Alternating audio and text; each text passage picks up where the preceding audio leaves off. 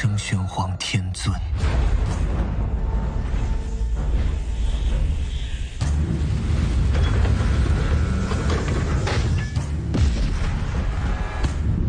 Jumpa lagi dengan Albara. Kita lanjutkan cerita Lord of the Mysteries.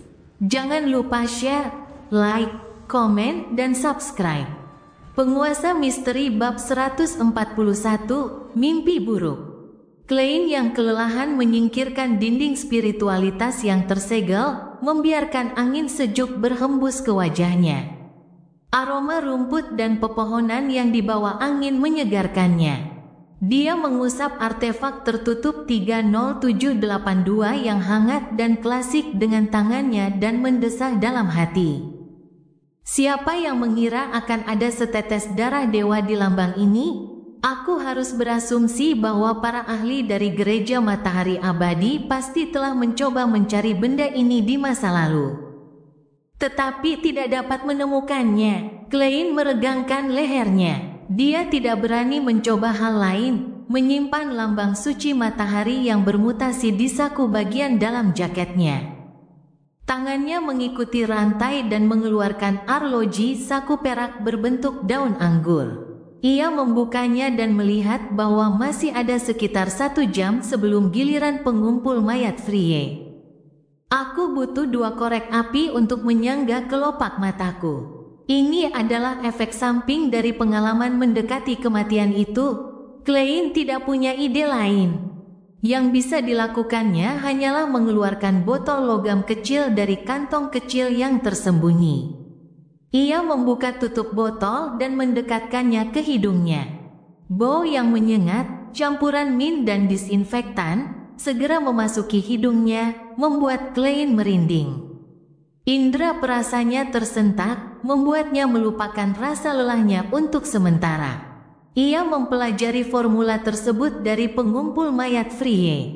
Formula itu disebut minyak kelak dan dapat membantu seseorang mengabaikan bau busuk mayat, serta menyegarkan dan menjernihkan pikiran.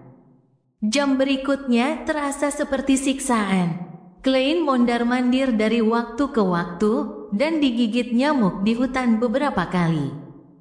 Akhirnya, dia melihat Frye yang berambut hitam dan bermata biru berjalan keluar kota mengenakan jaket anti angin dan memegang tongkat. Meskipun Frye masih tampak seperti mayat hidup, Klein merasa seolah-olah sedang melihat penyelamatnya. Dia menutup mulutnya dan menguap, membuat matanya berkaca-kaca. Dia berjalan mendekat dan mengeluarkan artefak tertutup 30782 dari sakunya. "Apa yang terjadi?" tanya Frye sambil menatap wajah pucat rekannya. Klein menghela napas dan berkata, "Saya baru saja bertugas di Chinese Gate malam sebelumnya dan tidak tidur nyenyak di pagi harinya, jadi saya sangat lelah." Dia tidak menjelaskan lebih lanjut dan mengalihkan topik pembicaraan. "Apakah saya harus datang untuk giliran kerja berikutnya 4 jam dari sekarang?" 7 jam. Kapten tidak perlu tidur di malam hari. Frye mengambil lambang suci matahari yang bermutasi. "Aku senang ada yang suka begadang." Klein mengejek kapten dengan suara pelan. Dia mengucapkan selamat tinggal pada Frye dan berjalan menuju kota.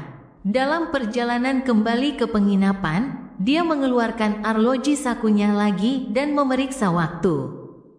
10 menit lebih awal dari yang kita janjikan. Sungguh orang yang baik." Klein tertawa dan berjalan lebih cepat. Dia kembali ke penginapan dan membuka pintu yang setengah tertutup. Bos mengawasinya saat dia berjalan ke lantai 2 sebelum memasuki kamarnya.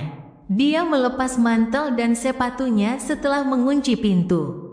Dia tidak mencuci muka, tetapi malah langsung jatuh ke tempat tidur.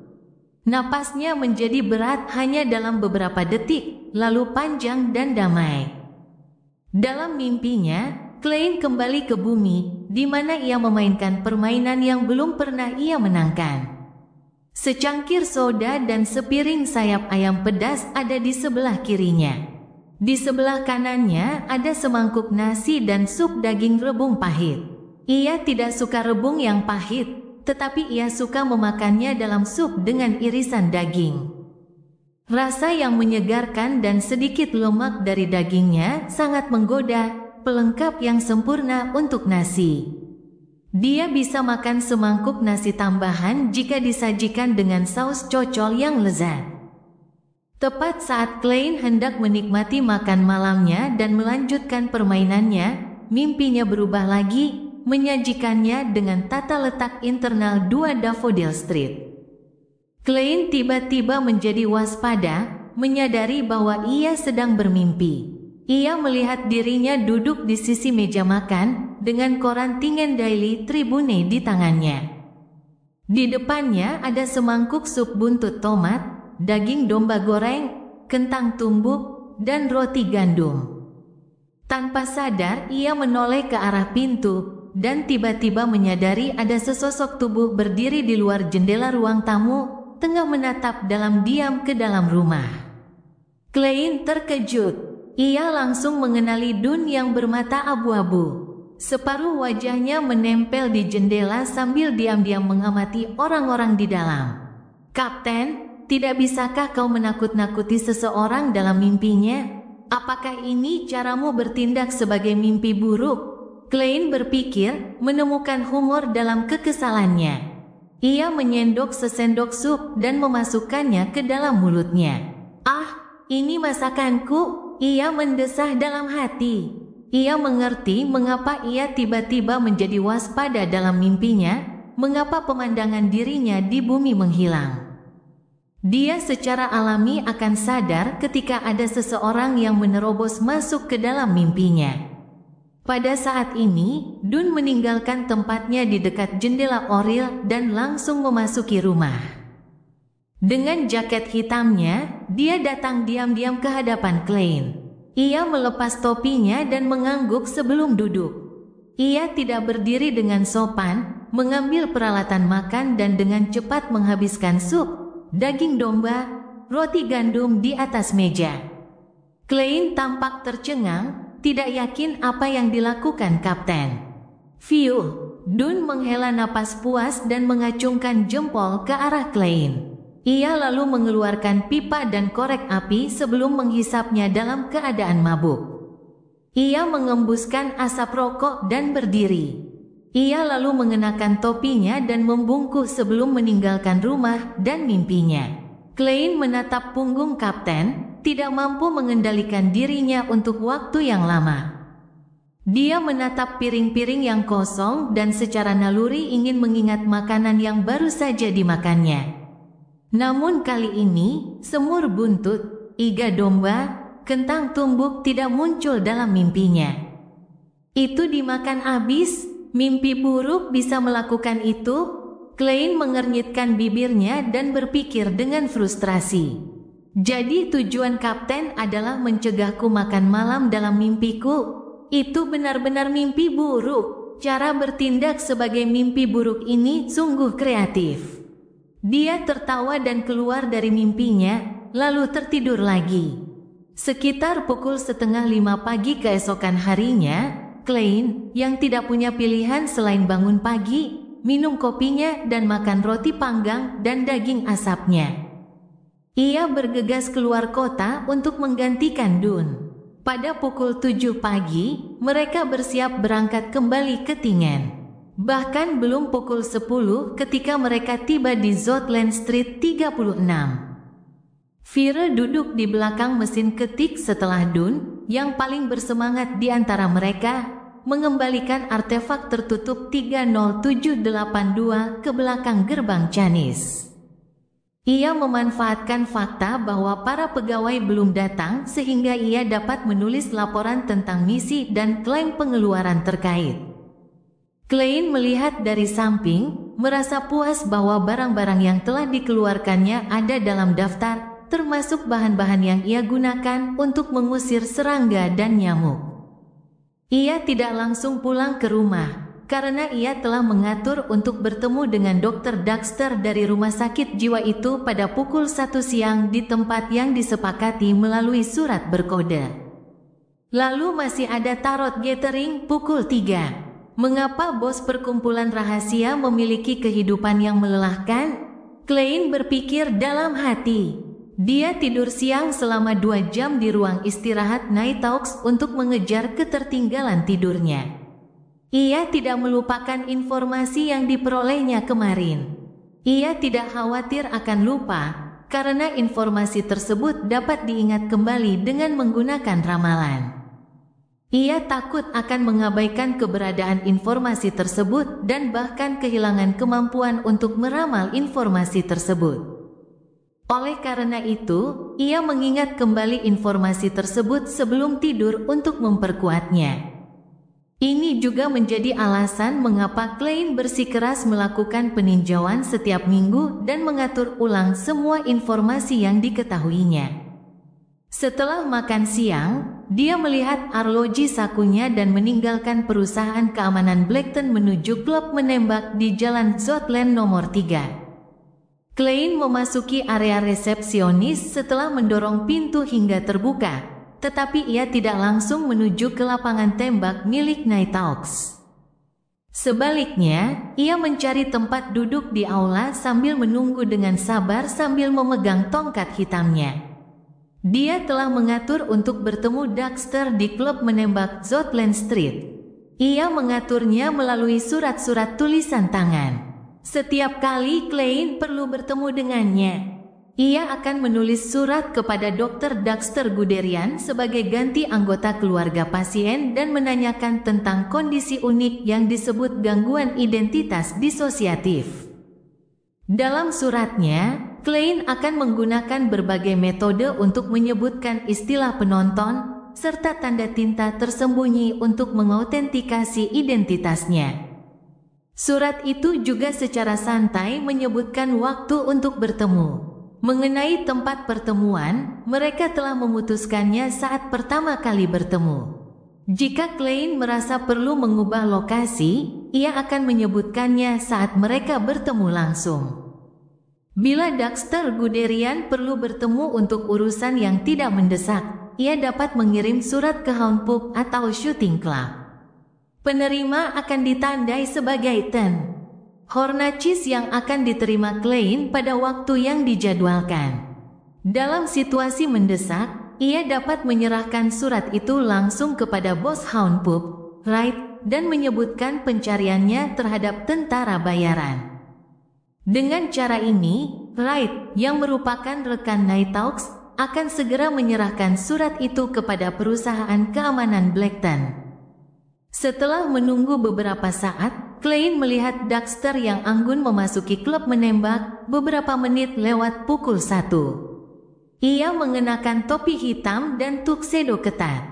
Ia memegang tongkat bertahtakan perak di tangannya, serta sepasang kacamata berbingkai emas di wajahnya. Daxter berjalan di sekitar klub tanpa menarik perhatian dan melihat Klein yang mengangguk sedikit. Dia kemudian mengalihkan pandangannya dan berjalan ke konter dengan ahli mengajukan permohonan untuk lapangan tembak dan menyewa senjata. Ini bukan kunjungan pertamanya. Lapangan tembak kecil 7,3 soli per jam. Biaya sewa revolver adalah 1 soli 7 pence per jam dan berisi 6 butir peluru. Resepsionis itu segera menyelesaikan permintaan itu. Setelah Daxter mengonfirmasi bahwa ia menyewa barang-barang tersebut selama 1 jam dan membayar biaya sebesar 10 soli. Ia mengambil revolver dan peluru tambahan dan dipandu ke tempat latihan tembak oleh fasilitator. Klein menunggu 5 menit lagi sebelum perlahan berdiri. Ia meraih tongkatnya sebelum berjalan ke lapangan tembak kecil 7 dan mengetuk pintu. Pintu terbuka sedikit dengan suara berderit. Daxter mula-mula melihat sekeliling dengan hati-hati, lalu membuka pintu sepenuhnya. Klein segera masuk dan mengunci pintu. "Selamat siang, Tuan Daxter," katanya sambil mengeluarkan uang 10 soli. Ia menyerahkan uang itu kepada Daxter. "Kami tidak akan membiarkan rekan-rekan kami menanggung biaya tambahan. Karena aku bisa menuntut ganti rugi," imbuhnya dalam hati. Daxter tidak menolak. Ia mengambil uang tunai itu dan bertanya dengan serius, "Tuan Moretti, mengapa Anda meminta bertemu dengan saya?" Penguasa misteri bab 142, Asosiasi. Klein jelas tidak bisa begitu saja mengemukakan rumus telepati sejak awal. Namun, dia juga tidak menyembunyikan niatnya. Lagi pula, pria di hadapannya adalah seorang penonton. Dia tidak akan mudah ditipu. "Apakah Hood Again bertingkah tidak biasa akhir-akhir ini?" tanyanya pertama kali kepada Dexter Guderian tentang pasien di rumah sakit jiwa yang merupakan anggota alkemis psikologi. Dexter mengamati mata, ekspresi, dan gerak tubuh Klein. Ia berpikir dan berkata, "Tidak, ia bersikap normal." "Terus terang saja, saya pikir jika ia benar-benar ingin meninggalkan rumah sakit jiwa, ia dapat langsung bersikap sangat sehat dan normal. Namun, ia tidak melakukannya, dan ia terus tinggal di rumah sakit jiwa. Ia tampaknya merawat setiap pasien. Ya, pasien yang menunjukkan pikiran kacau, kasar, atau tidak normal tampaknya membaik. Mungkin Hood Again mencoba melatih kekuatan Beyondernya dengan metode ini. Psikiater, urutan 7 yang sesuai dengan spektator, mungkin bahkan lebih tinggi. Karena Hood Again bukanlah seorang dokter di rumah sakit jiwa tetapi masuk sebagai pasien, itu berarti bahwa ia belum benar-benar memahami metode akting. Seharusnya seperti yang telah diduga Dexter, ia mungkin melatih keterampilan Beyondernya dan melakukannya menyerupai metode akting. Sampai batas tertentu, itu dapat memperlambat pengaruh negatif ramuan itu. Oleh karena itu, Hood Again memutuskan untuk menjadikan rumah sakit jiwa itu sebagai rumahnya. Klein secara terbuka menunjukkan bahwa ia sedang berpikir keras mengenai masalah Hood Again. Karena hal itu akan membuat Dexter Guderian merasa bahwa ia tahu dan mengerti banyak hal, membuatnya tampak tak terduga. Dengan mengingat hal ini, Klein menduga hal lain. Para alkemis psikologi belum memahami metode akting. Lagi pula, bahkan anggota utama di Sequence 7 tidak menyadari hal ini. Di era dengan sedikit Beyonder ini, seorang Sequence 7 dianggap sebagai level menengah dalam organisasi rahasia manapun. Mereka cukup penting untuk mengetahui hal-hal krusial, terutama hal-hal yang dapat membantu para anggota menahan hilangnya kendali. Ditambah lagi, alkemis psikologi adalah organisasi rahasia yang baru berdiri dalam 300 tahun terakhir atau bahkan lebih awal. Dapat dimengerti bahwa mereka belum memahami atau menyimpulkan metode akting. Satu-satunya organisasi yang mengemukakan metode tersebut secara eksplisit adalah Ordo Rahasia. Mereka adalah organisasi kuno yang memiliki sejarah lebih dari 1500 tahun dan dapat ditelusuri kembali ke zaman sebelumnya. Hei, Gereja Dewi bahkan lebih tua dari Ordo Rahasia. Hanya surat orang suci dari Wahyu Malam Abadi yang dengan jelas menunjukkan bahwa usianya hampir 3000 tahun. Belum lagi legenda mistis sebelum itu. Bagaimana mungkin gereja kuno seperti itu tidak menemukan metode akting? Selama sejarah panjang organisasi besar, pasti ada anggota yang bereksperimen dengan berbagai kemungkinan. Seperti spirit medium Dali, mereka mungkin tidak memahami prinsip metode akting secara terperinci, tetapi mereka tetap memerankan nama ramuan itu dengan benar. Mereka akan menemukan inti dari ramuan itu melalui umpan balik baik yang mereka terima. Karena hal itu terakumulasi melalui generasi Nighthawks. Kecuali para petinggi adalah sekelompok babon berambut keriting, mustahil untuk menyimpulkan metode akting. Pikiran Klein membuat hubungan tersebut dan tiba-tiba dia terkejut. Bagi Nighthawks yang tidak mengetahui metode akting, seseorang seperti spirit medium Dali adalah seorang jenius, contoh yang tidak dapat ditiru oleh anggota biasa. Oleh karena itu, tidak seorang pun menduga bahwa pengalaman Dali dan yang lainnya dapat diadaptasi untuk penggunaan mereka sendiri. Namun bagi mereka yang telah memahami metode akting, hal ini akan menjadi sangat aneh. Klein yakin bahwa dalam sejarah panjang Gereja Dewi Malam, medium roh Dali jelas bukan anggota pertama yang menggunakan metode akting untuk mencerna ramuan urutan rendah dengan cepat. Dia bahkan mungkin tidak masuk dalam 10 besar atau 50 besar. Itu tidak masuk akal, kecuali Dali tidak memahami metode akting itu sendiri, tetapi mendapat bimbingan dari orang lain. Maka, dapat disimpulkan bahwa setiap anggota katedral suci mengikuti kepercayaan masa lalu, percaya pada pengalaman pendahulu mereka, dan tidak berani memberontak terhadap ajaran mereka. Bagaimanapun, memberontak akan menyiratkan hilangnya kendali hampir sepanjang waktu. Ya, selain penjelasan ini, ada kemungkinan lain. Para petinggi gereja telah menyembunyikan metode akting karena suatu alasan. Aku perlu membolak-balik beberapa catatan dan mencari contoh Beyonders di Gereja Dewi Malam yang mencerna ramuan mereka dengan cepat, serta hasil akhir mereka. Klein berpikir dengan topeng kesungguhan. Daxter menatapnya, menunggu beberapa menit, dan bertanya dengan rasa ingin tahu, "Petugas, apakah ada semacam masalah dengan tindakan Hood Again?" "Tidak sekarang. Itu hanya membuatku memikirkan hal-hal lain," jawab Klein sambil tersenyum. Ia menyingkirkan kecurigaannya. Dia malah bertanya, apakah ada tindakan yang diambil oleh alkemis psikologi baru-baru ini? Tidak, kecuali pertemuan kecil di awal untuk bertukar barang dan pengalaman, jawab Daxter jujur. Klein mengangguk sedikit dan berkata, "Bagaimana dengan situasimu sendiri?" Daxter mengendalikan ekspresinya saat menjawab, "Aku sendiri juga tidak begitu baik. Aku masih mendengar ocehan dan ilusi. Kalau saja aku bukan dokter spesialis kesehatan mental, aku mungkin akan berpikir bahwa aku mengidap semacam gangguan." Saat dia berbicara, wajahnya berubah serius. "Saya mengikuti instruksi Hood Again dan Anda untuk mengabaikan ilusi dan ocehan itu. Itu membuat saya merasa jauh lebih baik, tetapi itu masih memengaruhi tidur saya, dan saya menjadi lebih pemarah dan pemarah. Saya tidak seperti diri saya sendiri, seolah-olah ada diri saya yang baru tumbuh dari dalam, atau mungkin bisa digambarkan sebagai karakter baru.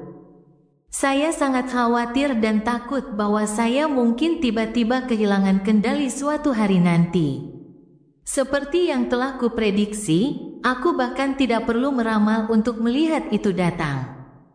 Setelah bersiap untuk ini, Klein tersenyum dan berkata, "Kau tidak perlu khawatir, kau sekarang adalah anggota cabang Night Hawks. Ada keuntungan untukmu.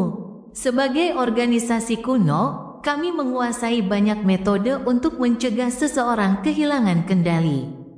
Itu tidak 100% efektif, tetapi itu pasti akan membantumu. Selain itu, saya ingin berbagi pengalaman pribadi saya dengan Anda. Anda pasti tahu bahwa pria di hadapan Anda hanya menggunakan waktu sebulan untuk melepaskan diri dari belenggu ilusi dan ocehan, dan belenggu itu tidak muncul kembali. Anda harus tahu dari Hood Again dan kader-kader Anda yang lain bahwa melakukan hal itu sangatlah sulit." Untuk telepati urutan 8, Klein sedikit membual. "Pak Polisi, ada sedikit kebohongan dalam ucapan Anda, tetapi sebagian besar memang benar," kata Daxter tiba-tiba dengan tenang. "Apa yang Anda inginkan dari saya?" "Sulit untuk berbohong kepada seorang penonton," Klein menjawab sambil tersenyum, "itu bukan sesuatu yang hanya ingin aku dapatkan. Nona Justice juga menginginkannya. Tentu saja, dia tahu Daxter pasti berasumsi bahwa pasukan Night Hawks menginginkan sesuatu.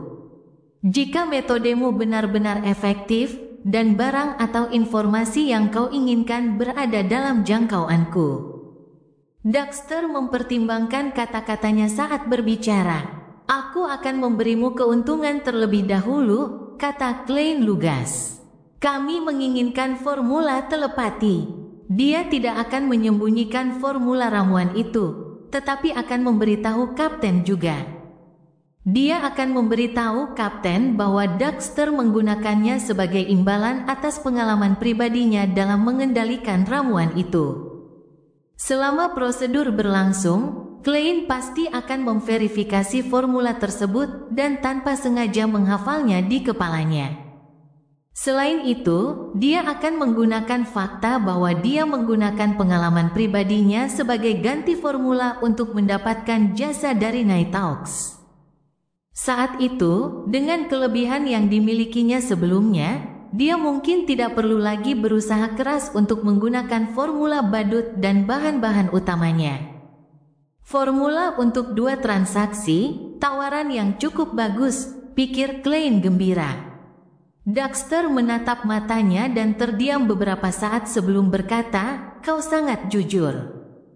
Aku akan berusaha sebaik mungkin untuk mendapatkan formulanya, tetapi aku tidak yakin berapa lama waktu yang dibutuhkan.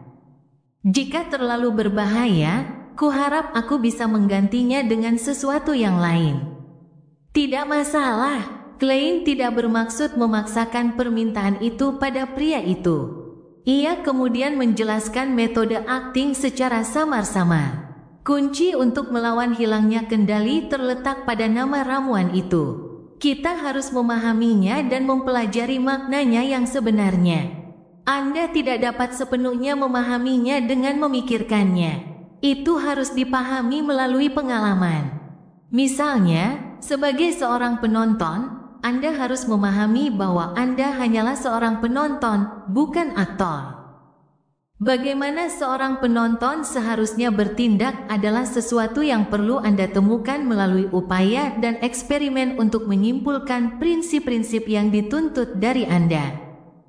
Dari sana, patuhi dengan ketat. Daxter mendengarkan dengan penuh perhatian. Kemudian, ia menjawab, "Itu cara pandang yang benar-benar baru. Saya bersedia menggunakan kata teori untuk menggambarkan apa yang baru saja Anda katakan. Ini seperti teori drama dan opera. Saya akan mencoba, dan saya harap ini akan membantu. Jika itu benar-benar berhasil, aku akan berusaha sekuat tenaga untuk memberimu formula telepati. Semoga Dewi melindungimu." Klein menggambar bulan merah di dadanya. Klein juga tidak meminta formula ramuan Prikyata, karena dia tahu bahwa itu adalah tugas yang tidak dapat diselesaikan Daxter dengan posisinya saat ini. Dia mungkin akan mengungkapnya jika dia tidak berhati-hati. Karena itu, ia berencana untuk melakukannya selangkah demi selangkah dengan membantu Daxter mencapai posisi yang lebih tinggi di psikologi alkemis secara perlahan. Maka manfaat jangka panjangnya akan berlimpah. Klein melihat keluar melalui lubang intip di pintu, lalu dia cepat-cepat pergi dan berbalik ke lapangan tembak kecil yang diperuntukkan bagi Nighthawks. Dia masuk dan mengunci pintu. Wajahnya kembali muram ketika dia menebak alasan mengapa gereja Dewi tidak mengembangkan metode akting. Dia menyadari hal lain yang telah dia abaikan. Dia mengabaikannya karena dia memperoleh 2 faktor penting dalam urutan terbalik. Hal itu membuatnya gagal membuat pertimbangan lebih lanjut. Masalah pertama adalah bahwa keluarga Antigonus dihancurkan oleh gereja Dewi Malam.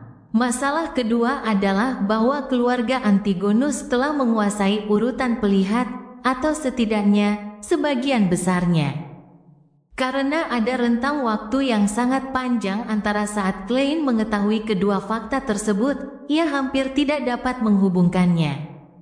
Oleh karena itu, ia mengabaikan sesuatu yang seharusnya sudah cukup jelas. Karena keluarga Antigonus telah menguasai sebagian besar jalur urutan sang pelihat. Bagaimana mungkin gereja Dewi Malam hanya menerima urutan 9 sang pelihat? Mereka seharusnya memperoleh lebih dari itu sebagai rampasan perang. Jika seorang anggota Ordo Aurora berhasil mendapatkan formula badut dari buku catatan sihir keluarga Antigonus, lalu bagaimana dengan gereja yang menghancurkan seluruh keluarga Antigonus? Bahkan jika keluarga Antigonus sudah siap dan menyembunyikan barang-barang mereka yang paling berharga di puncak tertinggi Gunung Hornachis, gereja Dewi Malam seharusnya tidak mendapatkan begitu sedikit. Mereka adalah orang-orang yang membunuh anggota keluarga Antigonus. Lebih jauh lagi, orang mati dapat dibuat berbicara.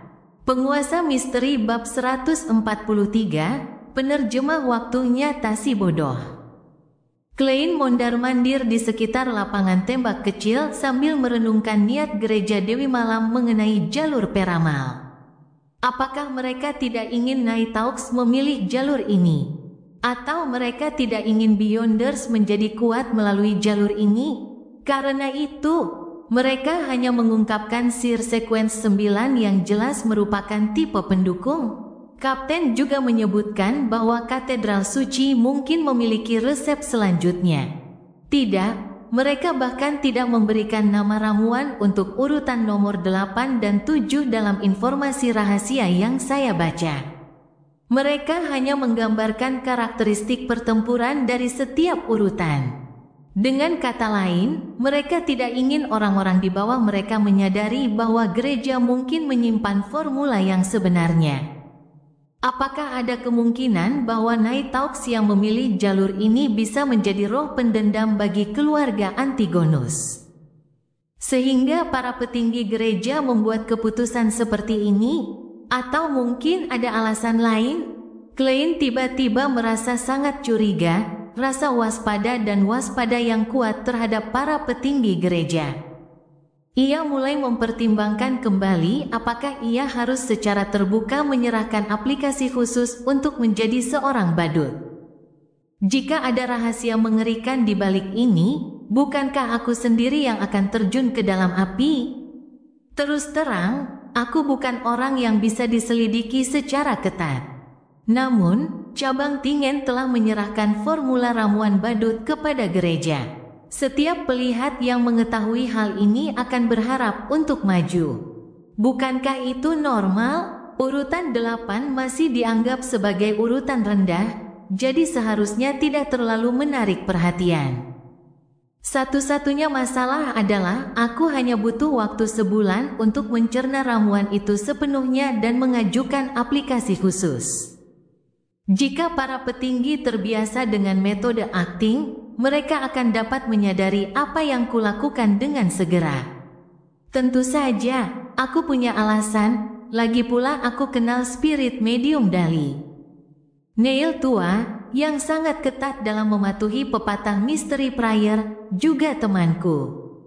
Klaim bahwa aku mendapat inspirasi dari mereka dan menyempurnakan metode acting tidak terlalu sulit dipercaya. Ya, bahkan Dali mendapat perhatian dari para petinggi hanya setelah menunjukkan tanda-tanda mencerna ramuan urutan 7 dalam 3 tahun, dan sekarang sedang dibina untuk menjadi uskup agung masa depan.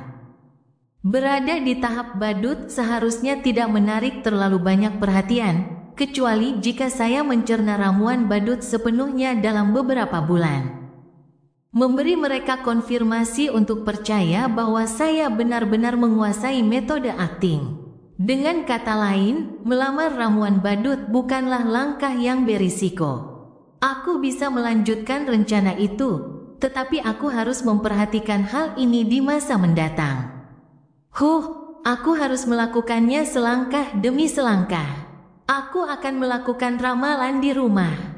Klein menenangkan diri dan mengeluarkan revolvernya dari sarungnya sebelum melanjutkan latihan menembak dan perawatan hariannya. Kualitas revolver yang ia dapatkan dari teman sekolahnya, ternyata bagus. Tak mengherankan, revolver itu bertahan cukup lama. Tentu saja, ia harus berterima kasih kepada Dun dan Leonard karena telah mengajarinya cara merawat revolver. Sejujurnya, tidak masalah jika rusak. Semua ini adalah hal yang dapat saya minta ganti ruginya. Klein melihat sasarannya, menyimpan revolvernya, dan meninggalkan klub menembak. Ia naik angkutan umum kembali ke Daffodil Street 2. Sebelum sampai di tempat tujuannya, ia melihat seorang wanita muda mondar-mandir di depan pintunya. Wanita ini mengenakan gaun berenda biru, serta topi berkerudung tipis. Dia adalah teman sekelas Melissa, Elizabeth yang memiliki lemak bayi yang menggemaskan. Dia segera mendekat saat melihat Klein tiba, sambil melepas topinya untuk memperlihatkan wajah gembiranya. Dia berhenti selama 2 detik sebelum tersenyum. "Selamat siang, Tuan Moretti. Saya kira Anda baru saja kembali dari kota Lamut, kan?" "Maaf, saya baru kembali pagi ini." Klein tersenyum. "Tidak, saya datang dari Zoutland Street." "Ya, itu jawaban yang sangat jujur." Dia tertawa sendiri. Elizabeth terdiam sejenak, lalu berkata dengan penuh semangat, "Baiklah, tebakanku salah. Aku datang mencarimu karena aku ingin memberitahumu bahwa aku tidak mengalami mimpi buruk tadi malam. Aku tidak lagi bermimpi tentang ksatria berbaju zirah hitam. Ini persis sama dengan hasil ramalanmu. Tentu saja, roh itu telah dimurnikan sepenuhnya oleh artefak tertutup 30782. Aku tidak dapat menyalurkan rohnya bahkan jika aku ada di sana, apalagi mimpimu." Klein tertawa dan menjawab dengan lembut, "Aku senang kau terbebas dari masalahmu. Aku juga sangat puas dengan ramalanku kemarin. Terima kasih sekali lagi. Baiklah, saya harus pergi sekarang, saya masih ada pelajaran di sore hari. Sampai jumpa, Tuan Moretti. Saya akan mengunjungi Melissa saat saya punya waktu." Gelombang Elizabeth pergi dengan gembira, menyewa kereta kuda di pinggir jalan.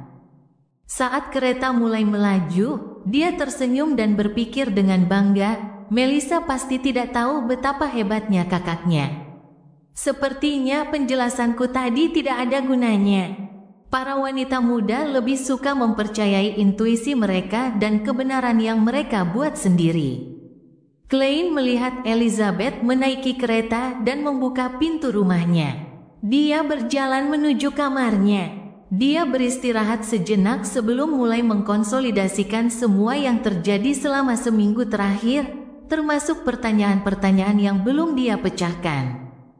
Setelah menyelesaikan tugasnya, dia membakar catatannya, mengeluarkan arloji sakunya, dan membukanya. Pukul 1:30, masih ada 15 menit lagi. Melihat masih ada waktu, Klein mengenakan setelan tertuanya dan menuju ke Smirin Bakery di Iron Cross Street untuk membeli secangkir es teh manis dari Nyonya Wendy. Ia meneguk minumannya saat kembali, lalu menutup kamarnya dengan dinding spiritualitas pada pukul 3:15 menit. Ia kemudian melangkah 4 langkah berlawanan arah jarum jam dan memasuki dunia di atas kabut abu-abu. Di istana kuno yang sunyi, Klein menyulap sepotong kulit kambing dan menuliskan ramalan, "Aku akan mendapatkan ramuan badut melalui Night Talks." Ia meletakkan penanya dan melepaskan ikatan bandul roh di pergelangan tangannya. Ia memegang bandul itu erat-erat dengan tangan kirinya, membiarkan batu topas itu tergantung tepat di atas kertas. Ia melafalkan pernyataan itu 7 kali. Matanya menjadi gelap dan bandul di tangannya mulai berputar. Bandul itu berputar searah jarum jam. Jawabannya positif, jadi itu tepat. Namun, akan sulit untuk mengatakannya untuk urutan setelah clown. Saya harus serius mengembangkan tarot klub saya. Klein melakukan ramalan lain untuk mengonfirmasi jawaban tersebut. Setelah itu, ia menggunakan tangannya dan menekan bintang merah tua yang melambangkan matahari.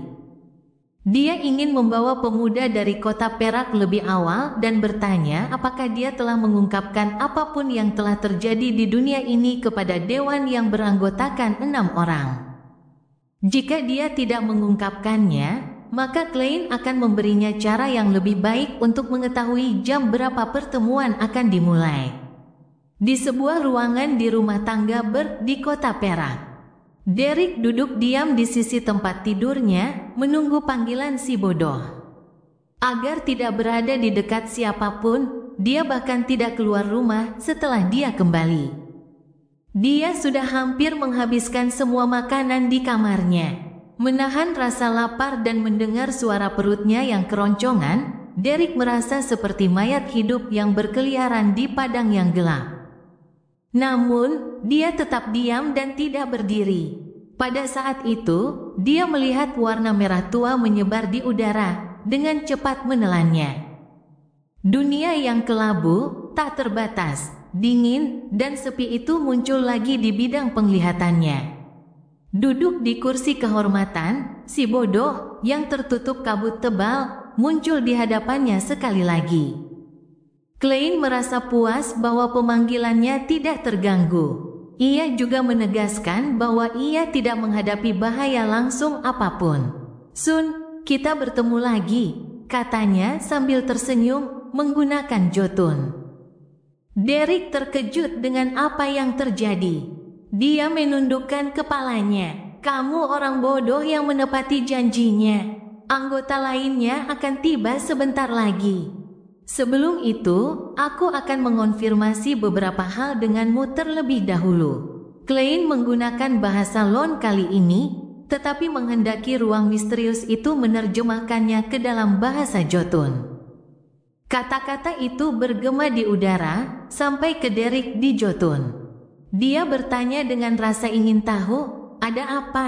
Nah, sekarang setelah aku menguasai Jotun, ruang misterius di atas kabut abu-abu itu dapat menerjemahkan apapun yang kukatakan secara langsung. Ini berarti aku tidak perlu khawatir tentang Justice dan The Hangman yang tidak mengerti apapun yang dikatakan Sun. Mengapa bos sepertiku harus bekerja tanpa lelah? Klein mencubit pangkal hidungnya. Dia tertawa dan menggelengkan kepalanya. "Aku mengizinkanmu melafalkan namaku. Ingat mantra yang akan kuucapkan kepadamu." Si bodoh yang tidak termasuk dalam era ini, penguasa misterius di atas kabut abu-abu. Raja kuning dan hitam yang membawa keberuntungan. Pupil mata Derek mengerut saat mendengar itu, tetapi dia tidak berani mengalihkan perhatiannya. Dia melafalkannya berulang-ulang dalam hatinya, lalu mengonfirmasinya dengan si bodoh. "Kalian harus menggunakan ritual sederhana dan melafalkan namaku setiap kali kalian kembali ke kota Perak. Aku akan memberitahu kalian terlebih dahulu untuk pertemuan mendatang. Kalian tidak perlu terlalu memperhatikannya di hari-hari lain, dan kalian juga tidak perlu menghindari siapapun. Ketika kalian menerima pemberitahuan dariku, isolasi diri kalian dalam 1000 detak jantung." Klein memberitahunya metode yang telah ia pertimbangkan sejak lama. Ini pada dasarnya adalah tanggapan terhadap doa, karena ia harus mempertimbangkan situasi mengenai kota Perak, sekaligus menghemat waktu. Klein memilih untuk mengabaikan langkah lain dari ritual tersebut karena itu adalah permohonan yang ditujukan kepadanya. 1000 detak jantung, Derek bergumam pada dirinya sendiri. Klein menjelaskan ide umum klub tarot kepada Derek, lalu mengeluarkan arloji sakunya dan melihat waktu. Derek terdiam sejenak, secara naluriah menatap benda menakjubkan itu. Ketika 3 bintang mendekat, Klein mengulurkan tangannya dan menekan bintang merah tua yang melambangkan keadilan dan orang yang digantung. Derek tidak berkedip saat menyaksikan ini. Ia melihat cahaya memancar dari seberang dan sampingnya saat 2 sosok samar muncul dari dalam. Audrey Hall mengamati sekelilingnya dan tiba-tiba membeku. Kemudian dia mendengar suara tuan bodoh yang selalu tenang. "Ini adalah anggota terbaru kami, nama kodenya adalah Sun. Ini Nona Keadilan, dan itu tuan manusia yang digantung." Anggota terbaru? Audrey awalnya terkejut, lalu keterkejutannya langsung berubah menjadi kegembiraan. Dia sangat gembira melihat perkembangan klub tarot. Dia merasa seperti tokoh utama. Si pria yang digantung Alger mengernyitkan alisnya, sedikit kesal karena si bodoh akan menyeret anggota baru secara tiba-tiba. Dia seharusnya setidaknya memberitahu kita.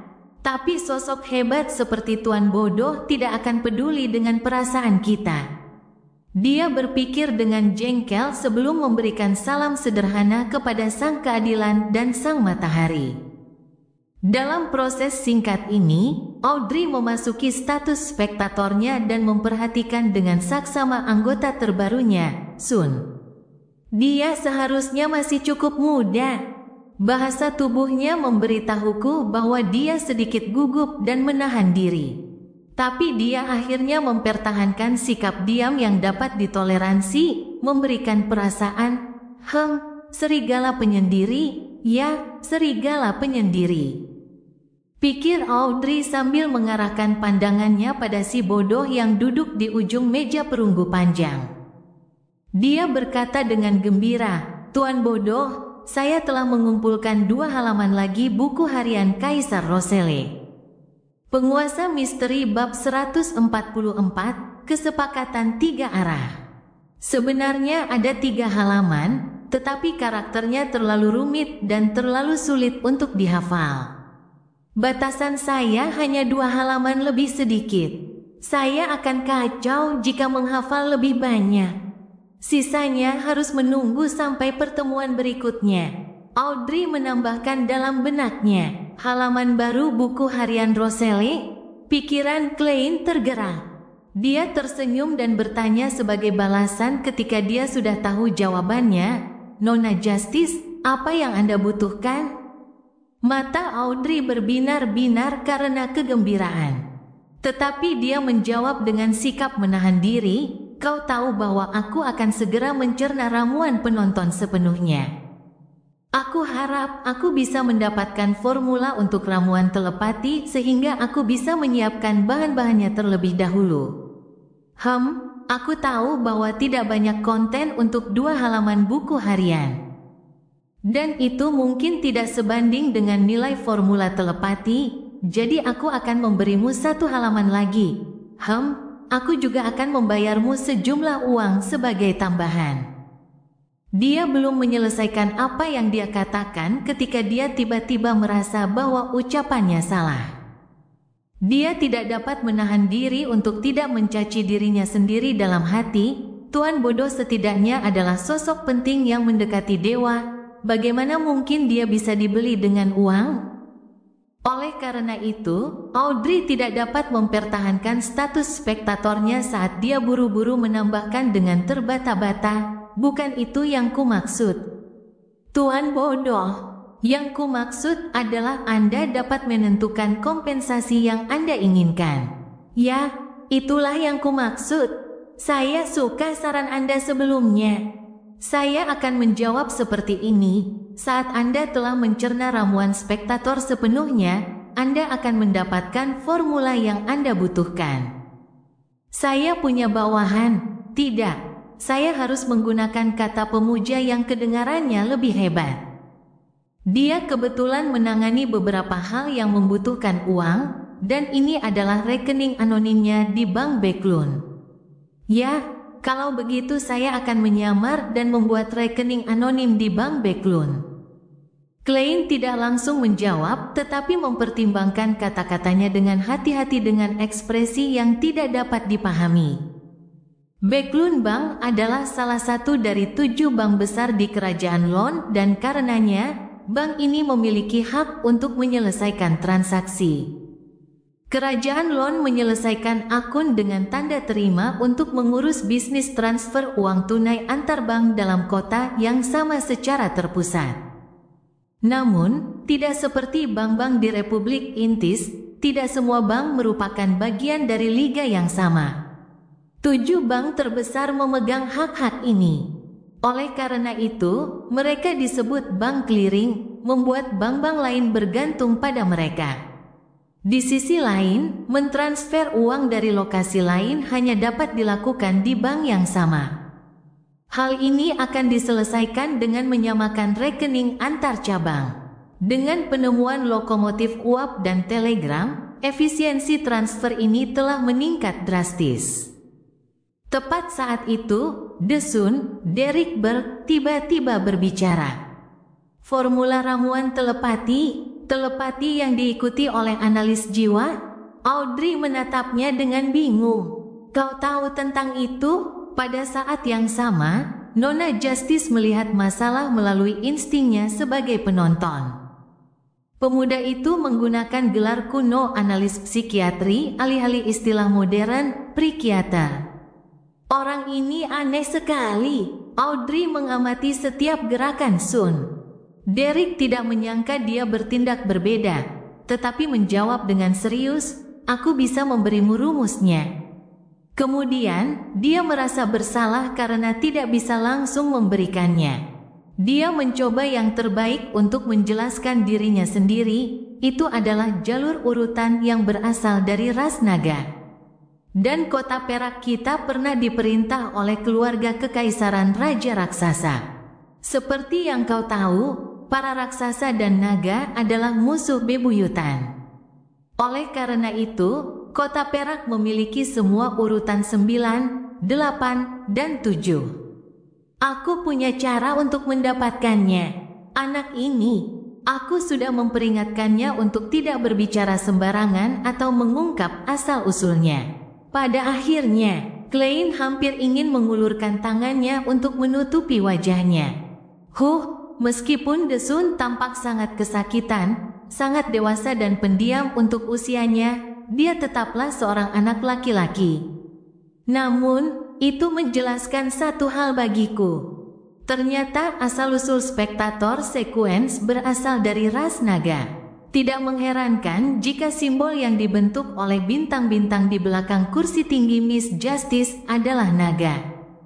Kota perak telah melestarikan sejarah dengan baik. Klein mempertahankan posturnya bersandar di sandaran kursinya sambil mendengarkan dengan saksama uraian Desun. Padahal, ia bisa saja dengan mudah menghentikan Desun dari mengungkap hal-hal tersebut. Selama ia tidak membantu dalam penerjemahan simultan, Justice dan The Hangman tidak akan memahaminya sama sekali. Namun, Klein mengambil pendekatan yang berbeda. Ia merasa bahwa pendekatan itu dapat membantunya mengonsolidasikan citranya yang perkasa dan misterius di benak ketiga anggota secara efektif. Oleh karena itu, ia mendengarkan sambil tersenyum dan tidak bersuara. Raja Raksasa, Ras Naga, Kota Perak. Audrey kebingungan. Awalnya dia melihat pria yang digantung di seberangnya, tetapi dia bisa tahu bahwa pria itu juga terkejut dan bingung dari bahasa tubuhnya. Dia menoleh ke samping ke arah kursi kehormatan di atas meja perunggu panjang. Dia melihat si bodoh duduk di kursi tinggi, diselimuti kabut putih keabu-abuan tebal. Lengan kanannya diletakkan di sandaran tangan, sementara dia bersandar santai. Dia tidak menunjukkan keterkejutan, rasa ingin tahu, pikiran, dan keraguan. Dia hanya menatap mereka sambil tersenyum. Dia tahu semua ini. Audrey dan Alger membuat keputusan pasti hampir pada waktu yang bersamaan. Kota Perak, aku belum pernah mendengar tentang tempat ini. Di mana itu? Audrey bertanya sementara Alger mendengarkan dengan saksama. Pada saat itu juga, kepala Derek Berg dipenuhi dengan pertanyaan-pertanyaan. Dia bisa tahu bahwa, selain si bodoh yang seperti dewa, Justice dan si pria yang digantung adalah semacam beyonder.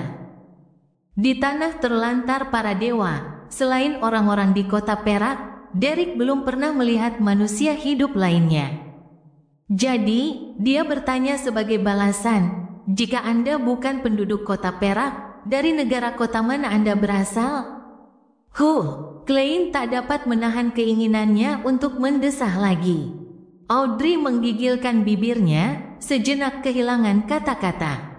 Ya, makna tersembunyi di balik pertanyaannya adalah jika Anda tidak ingin menjawab pertanyaan serupa, jangan ikut campur dalam pertanyaan tentang di mana orang lain tinggal. Nona Justice mengangguk samar dan dengan elegan tetap diam. Jelas, Alger juga salah memahami maksud Desun.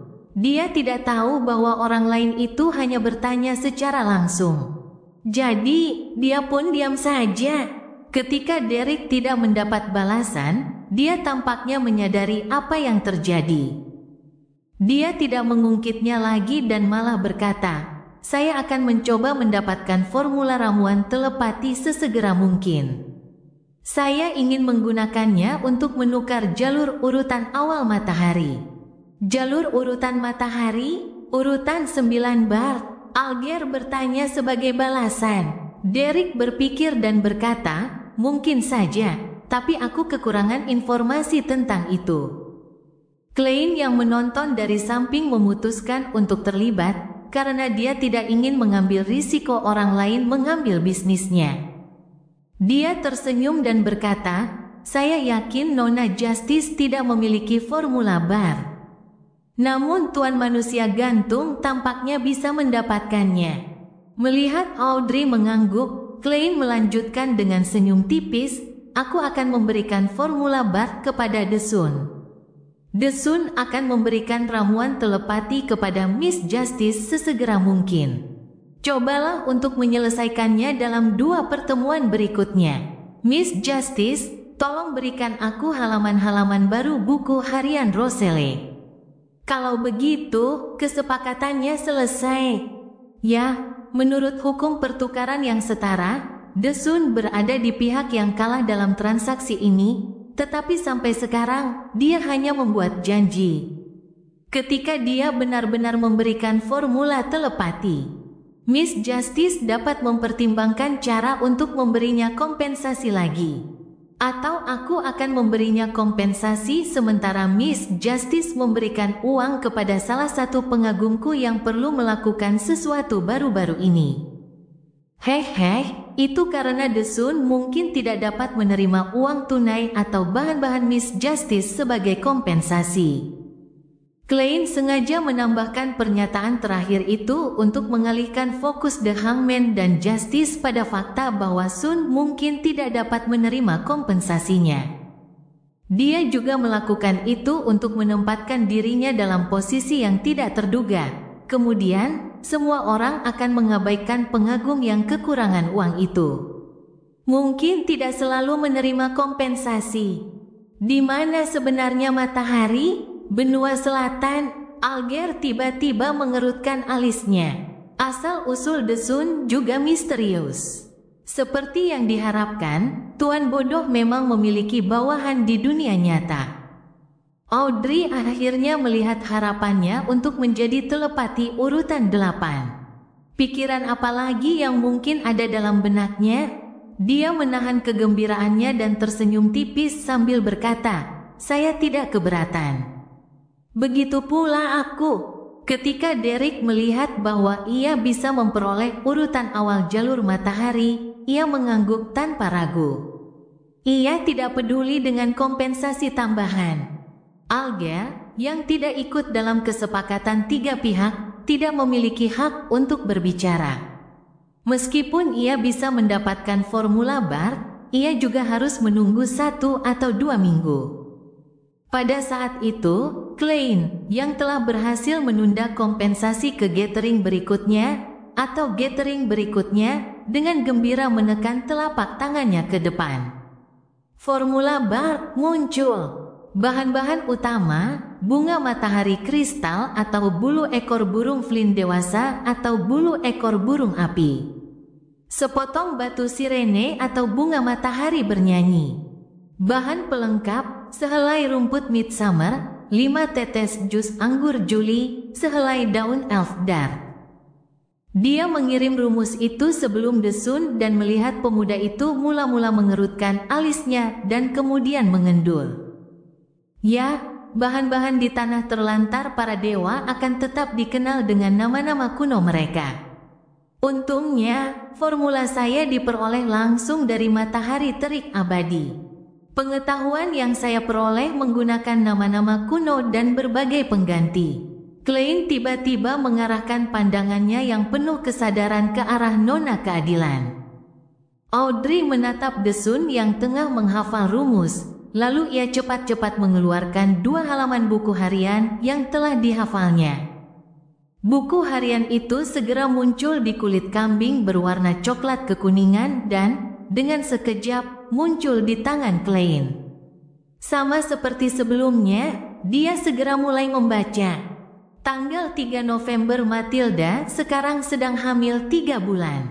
Aku bahkan menganggap pembantu-pembantu yang datang dari desa cantik-cantik. Tidak, aku tidak boleh merendahkan standarku. Secara kebetulan, Countess Florence telah mengundangku untuk bergabung dalam pesta pribadi, hehe. Tanggal 8 November Uskup Agung Van Estin meminta bantuan saya. Apa yang bisa saya lakukan untuk seorang uskup agung? Tanggal 9 November ternyata ada rahasia yang tersembunyi di dalam jalur-jalur sekuens. Uskup Agung Estin memberitahu saya bahwa setelah menjadi Beyonder Sekuens 5, sisa sekuens dapat digantikan dengan sekuens dengan level yang sama dari 1 atau 2 jalur lainnya. Dengan kata lain, itu dimulai dari mid sequence hingga high sequence. Namun ini hanya terbatas antara 1 atau 2 jalur tersebut. Jika digantikan dengan ramuan dari jalur yang salah, setengah gila adalah hasil yang paling ringan dan seseorang tidak dapat maju lebih jauh. Dengan cara ini, seseorang dapat mulai mengganti jalur dari urutan 4 dan seterusnya. Jalur Sleepless dan Corpse Collector. Ya, jalur Savan dan Mystery Prayer milik gereja juga dapat saling menggantikan di urutan tinggi. Penguasa misteri bab 145, permintaan kerjasama. Beberapa jalur dapat dipertukarkan setelah urutan 5, itu berbeda dari apa yang Nighthawks katakan padaku. Bukankah faktanya kamu tidak dapat mengubah jalan hidupmu setelah memilihnya? Bukankah disebutkan bahwa menyimpang dari jalan hidupmu akan memungkinkan seseorang memperoleh kekuatan aneh dan misterius? Tetapi orang itu pasti akan menjadi gila dan tidak akan pernah bisa maju. Coba pikir, ada beberapa pengecualian tersembunyi untuk ini. Klein menatap buku harian itu, pupil matanya mengecil. Dia tidak menyangka Kaisar Roselle akan melontarkan omong kosong tentang hal seperti ini. Bagaimanapun, keterkejutan dalam kata-katanya begitu nyata. Namun, dia tidak berasumsi bahwa informasi yang diterima Kaisar Roselle benar adanya. Ada kemungkinan juga bahwa dia telah dibohongi, atau bahwa dia telah salah menafsirkan informasi tersebut. Aku perlu memverifikasi ini. Aku akan mengingatnya dulu. Klein mengingatkan dirinya sendiri, lalu berpikir mendalam tentang ini. Jika apa yang Roselle uraikan di sini ternyata benar, maka jalur urutan itu lebih dalam dari apa yang saya bayangkan. Jalur itu menyembunyikan banyak rahasia. Jalur lengkap yang dimiliki Nighthawks adalah Sleepless. Mereka juga memiliki jalur yang relatif lengkap di Corpse Collector yang mereka miliki hingga urutan 4. Jika dipikir-pikir, jalur-jalur itu dapat dipertukarkan setelah urutan 5. Rantai ramuan lain yang mereka miliki bahkan kurang lengkap, karena beberapa jalur hanya memiliki urutan pertama. Demikian pula, gereja Dewa Uap dan mesin memegang jalur lengkap untuk Savan, dan memiliki jalur yang relatif lengkap untuk Mystery Prayer. Ini juga dapat dipertukarkan di high sequences. Menarik. Saya bertanya-tanya jalur mana yang dapat dipertukarkan dengan jalur pelihat, sang murid atau sang perampok yang disebutkan oleh Kaisar? Ada kemungkinan besar bahwa 5 jalur urutan pertama dari jalur pelihat masing-masing akan memberikan kemampuan yang terpisah, dan bahwa kemampuan ini akan digabungkan pada urutan 4. Pada tahap itu, seharusnya tidak ada cara untuk menukarnya dengan ramuan lain. Klein menarik kembali pikirannya, sekali lagi mengalihkan perhatiannya ke buku harian. Ia memperhatikan bahwa meskipun kedua halaman buku harian itu saling terhubung, isinya tidak berurutan secara kronologis. Tanggal-tanggalnya berasal dari dua periode yang berbeda. Ini bisa jadi kesalahan yang dibuat oleh siapapun yang menyalin isinya. Tanggal 9 April, hubungan antara Gereja Matahari Abadi yang berkobar, Gereja Dewa Badai, dan Gereja Dewa Pengetahuan dan Kebijaksanaan Buruk. Mereka saling memandang sebagai musuh. Gereja Dewi Malam berselisih dengan Gereja Dewa Pertempuran dari Kekaisaran Feisak. Ini bisa dimanfaatkan. Ini semua adalah fakta yang patut dipertimbangkan. Tanggal 13 April, aku berpartisipasi dalam pertemuan organisasi kuno. Aku tidak pernah menyangka mereka juga menjadi anggota organisasi ini. Itu sungguh menakutkan. Bayangkan blasphemy slate kedua ada di tangan organisasi ini. Ini pertama kalinya aku melihat benda legendaris ini. Memang ada rahasia yang tak terbayangkan. Hehe. Mungkin akan tiba saatnya aku akan menciptakan blasphemy slate yang unik untukku. Tidak, satu set dengan masing-masing menyembunyikan rahasia utama. Astaga, Kaisar. Kenapa kau tidak menyebutkan nama organisasi kuno ini? Kau membunuhku? Mungkin Roselle punya alasan atau tidak berani menuliskan nama organisasi itu. Meskipun dia menggunakan bahasa Mandarin, Klein melihat buku harian itu sedikit tidak nyaman dan bingung. Namun, dengan halaman buku harian ini, Klein akhirnya dapat memastikan bahwa Kaisar Roselle telah melihat blasphemy slate yang kedua. Lebih jauh, ia membuat satu set kartu setelah itu, setiap kartu mewakili jalan menuju keilahian. Ya, itu bisa jadi rahasia utama yang cocok dengan setiap jalur menuju keilahian. Aku bertanya-tanya di mana set 22 kartu itu sekarang? Organisasi kuno itu berhasil mendapatkan blasphemy slate kedua. Pikiran Klein mengalir cepat. Namun, ia segera mengendalikan pikirannya. Ia mengalihkan pandangannya dari buku harian dan mengarahkannya ke arah The Hangman, Justice, dan The Sun. Ia tersenyum dan berkata, "Sebenarnya, kalian tidak perlu menungguku. Merupakan suatu kehormatan bagi kami." Alger telah menahan rasa tidak puasnya saat menjawab dengan rendah hati. Audrey berpikir sejenak sebelum tersenyum. Tuan Fu, seleksi terbuka pejabat pemerintah melalui ujian yang Anda jelaskan sebelumnya telah mendapatkan dukungan dari Raja dan Perdana Menteri. Ini akan segera disahkan oleh House of Lords dan House of Commons dan diperkirakan akan dilaksanakan awal tahun depan. Sepertinya Raja dan Perdana Menteri masih menggunakan otak mereka, Alger mengejek karena kebiasaan. Nah, dengan kecerdasan dan ketekunan Benson, keterampilan tata bahasa dan akuntansinya seharusnya sudah lumayan awal tahun depan.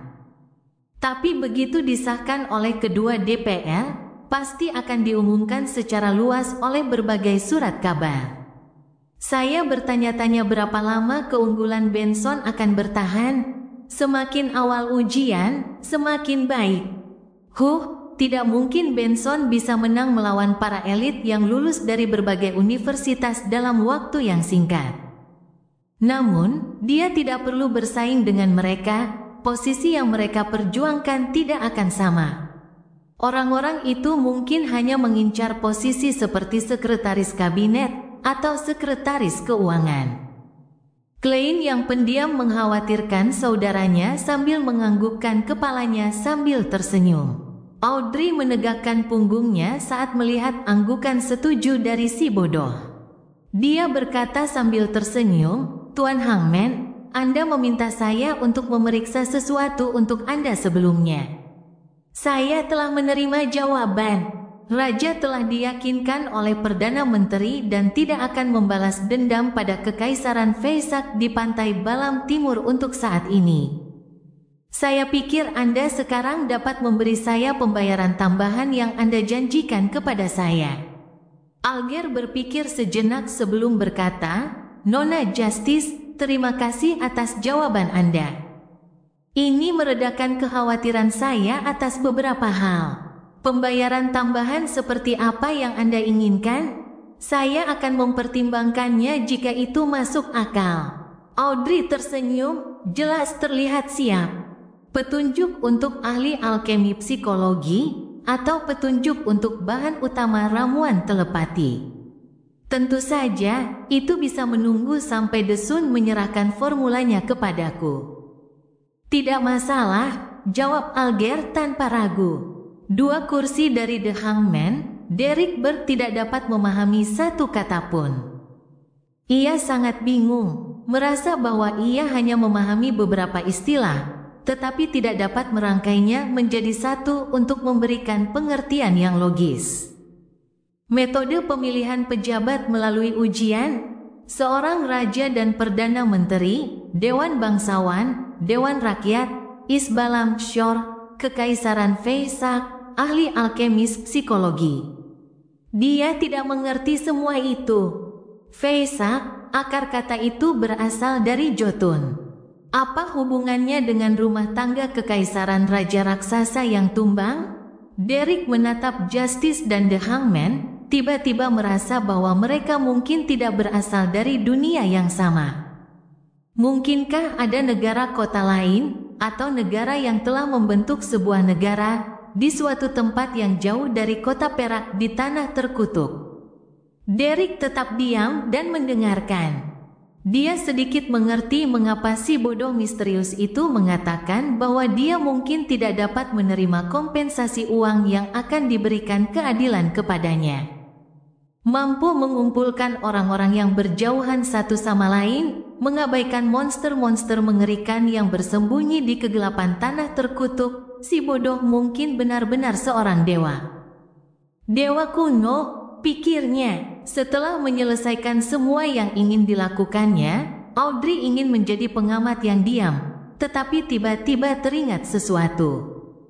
Dia berbicara dengan tergesa-gesa, "Baru-baru ini saya berhubungan dengan lingkaran Beyonder dan mengetahui tentang orang yang kuat bernama Tuan A.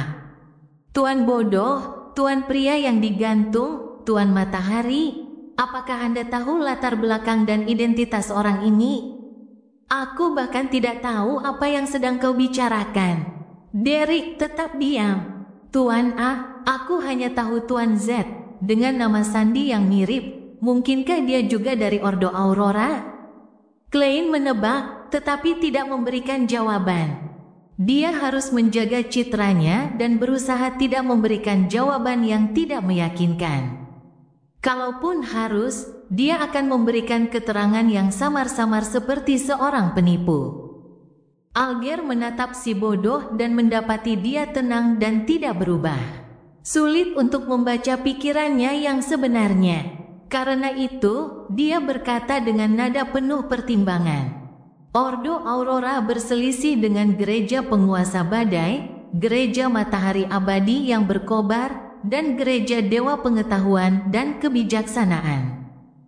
Jadi anggota gereja-gereja ini lebih memahami Ordo Aurora daripada organisasi lainnya. Dan kebetulan saya tahu sesuatu tentang mereka. Kau tak perlu menjelaskannya, aku tahu kau berada di bawah naungan Lord of Storms.